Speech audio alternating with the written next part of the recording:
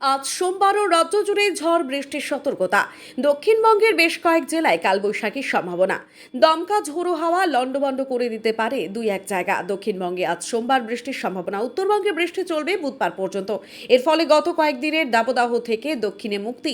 আগামী দুদিনে রাজ্য জুড়ে 2 থেকে 4 ডিগ্রি সেলসিয়াস পর্যন্ত তাপমাত্রা কমতে পারে ঝড় বৃষ্টির কারণে। আজ বাঁকুড়া, হাওড়া, ঝাড়গ্রাম, পূর্ব পশ্চিম মেদিনীপুর জেলায় বজ্রবিদ্যুৎ সহ হালকা থেকে মাঝারি বৃষ্টিপাতের সতর্কতা। বজ্রপাতের আশঙ্কাও থাকবে, এমনটাই সতর্কবার্তা আলিপুর আবহাওয়া দপ্তরের।